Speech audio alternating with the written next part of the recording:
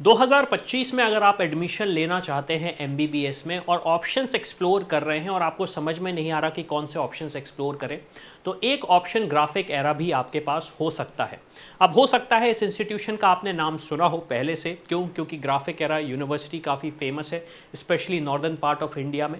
या फिर हो सकता है इसके बारे में आपको कोई भी आइडिया नहीं हो। तो इस वीडियो में हम डिटेल में डिस्कस करने वाले हैं सबसे पहले इस इंस्टीट्यूशन के बारे में, एडमिशन प्रोसेस के बारे में, 2024 में फी स्ट्रक्चर क्या रहा था, 2024 का कट ऑफ क्या गया था, तो सेफ स्कोर क्या रहेगा इसके लिए, और सबसे इंपॉर्टेंट चीज़, अगर आप एडमिशन लेना चाहते हैं तो क्या आपको यूनिवर्सिटी डायरेक्ट जाना पड़ेगा या कोई दूसरा तरीका है जिसके बेसिस पे आप यहाँ पे एडमिशन ले सकते हैं। तो चलिए हम स्टार्ट करते हैं।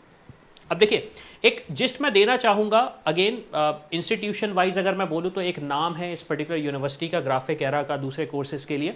तो सब्सिक्वेंटली मेडिकल कोर्सेज में भी इन्होंने अपना इंसेप्शन किया है। एमबीबीएस कोर्स की हम बात कर रहे हैं तो क्वालिटी ऑफ एजुकेशन रिसर्च की अगर मैं बात करूँ, क्वालिफाइड फैकल्टी की बात करूँ, स्टूडेंट सेंट्रिक कैंपस है यहाँ पे।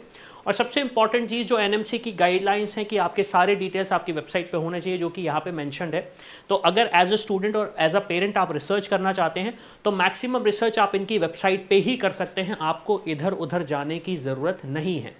अब इसके बाद अगर मैं बात करूं एडमिशन प्रोसेस की, जो कि स्टूडेंट्स को बहुत ज़्यादा कन्फ्यूजन होता है कि एडमिशन प्रोसेस क्या रहता है इस पर्टिकुलर यूनिवर्सिटी का, तो ग्राफिक एरा की अगर मैं बात करूं तो ये एक डीम्ड यूनिवर्सिटी है जिसमें एडमिशन आपको थ्रू एमसीसी काउंसलिंग ही लेना पड़ेगा और कोई तरीका नहीं है। ये institution Dehradun based, Uttarakhand state में बेस्ड है, लेकिन यहाँ पे अगर आपको एडमिशन लेना है तो एमसीसी काउंसलिंग करनी पड़ेगी, जो कि ऑल इंडिया की काउंसलिंग होती है। जिस तरीके से एडमिशन 2024 में हुए थे, 2025 में भी वैसे ही एडमिशन होंगे।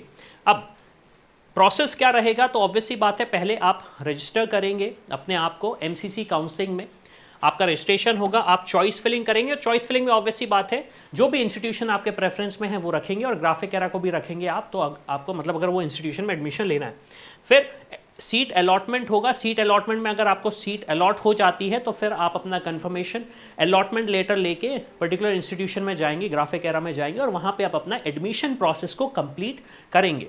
और यहाँ पे जो डॉक्यूमेंट्स रिक्वायर्ड हैं ये मेंशन है, डॉक्यूमेंट्स जो कि नॉर्मल डॉक्यूमेंट्स रिक्वायर्ड होते हैं, जो भी स्टूडेंट्स को चाहिए पड़ते हैं, यहाँ पे हमने मेंशन किया, आप इसको सब्सिक्वेंटली रीड भी कर सकते हैं।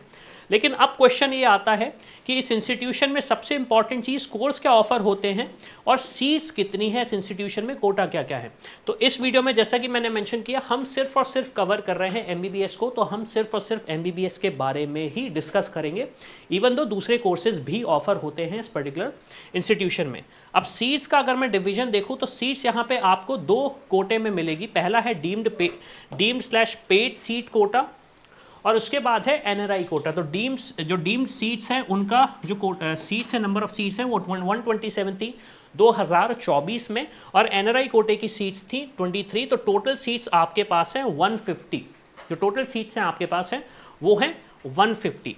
इसके बाद अगर मैं बात करूं कट ऑफ का डिस्कशन अगर हम करें, तो जिस तरीके से कट ऑफ गया था लास्ट ईयर 2024 में, तो आप देख सकते हैं डीम्ड पेड सीट कोटा का जो कट ऑफ गया है वो राउंड 5 तक गया था। तो आप देखेंगे 322, फिर 361, 388, 405 एंड 427। अब यूजुअली क्या होता है, आप देखेंगे जिस तरीके से कट ऑफ एक तरीके से इंक्रीज हो रहा है। अब क्या इस बेसिस पे हम एक जजमेंट लगा सकते हैं इस इंस्टीट्यूशन को जज करने का, तो आंसर है एक तरीके से नहीं। क्यों? क्योंकि यूजुअली क्या होता है, राउंड 1 में आपको फ्री एग्जिट मिलता है तो स्टूडेंट्स एक्सप्लोर करते हैं मल्टीपल ऑप्शन, लेकिन सब्सिक्वेंटली राउंड 2, राउंड 3 में आपके पास फ्री एग्जिट का ऑप्शन चला जाता है, तो स्टूडेंट्स फिर सोचते हैं कि हम एडमिशन फाइनल करें।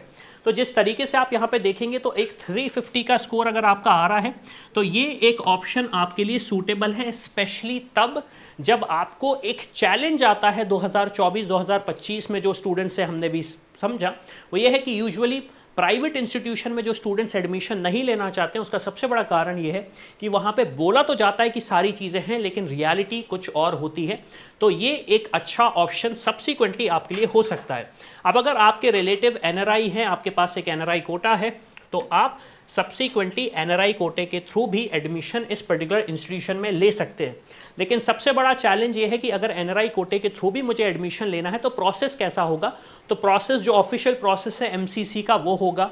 एंड इन केस अगर आपको वो नहीं पता है, क्योंकि जो नोटिफिकेशंस आते हैं वो यूजुअली स्टूडेंट्स को पता नहीं लग पाते हैं, तो उसके लिए आप हमारी टीम को रीच आउट कर सकते हो। NRI कोटे के थ्रू आप इस पर्टिकुलर यूनिवर्सिटी में या दूसरी यूनिवर्सिटीज़ में एडमिशन लेना चाहते हो या फिर अपनी स्टेट में एक्सप्लोर करना चाहते हो ऑप्शन, तो उसके लिए हमारी टीम आपके साथ बैठ के डिस्कस कर सकती है कि बेस्ट से बेस्ट ऑप्शन आपके पास क्या हो सकता है।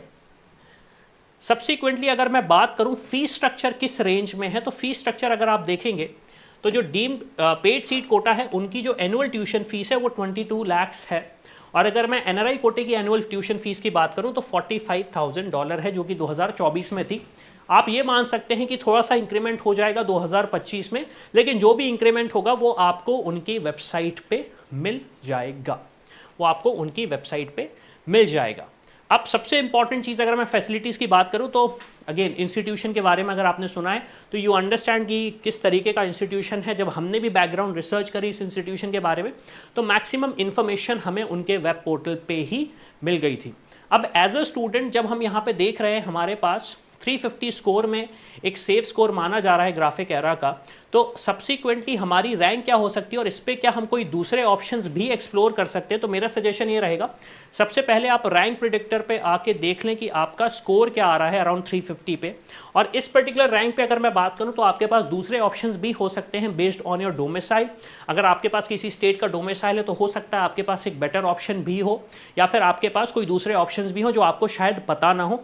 तो इसके सब्सिक्वेंटली मेरा सजेशन ये रहेगा आप हमारी टीम को रीच आउट करें और समझें कि बेस्ट से बेस्ट ऑप्शन आपके बजट पे क्या हो सकते हैं। क्यों? क्योंकि सबसे इंपॉर्टेंट चीज़ ये है कि जब हम MBBS एजुकेशन की बात करते हैं तो किस तरीके का इंफ्रास्ट्रक्चर हमें मिल रहा है ये बहुत ज़्यादा ज़रूरी होता है समझने में।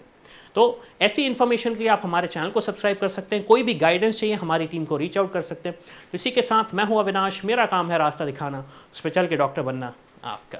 I hope you like this video. For more such videos, keep watching our channel. And do not forget to like, share and subscribe.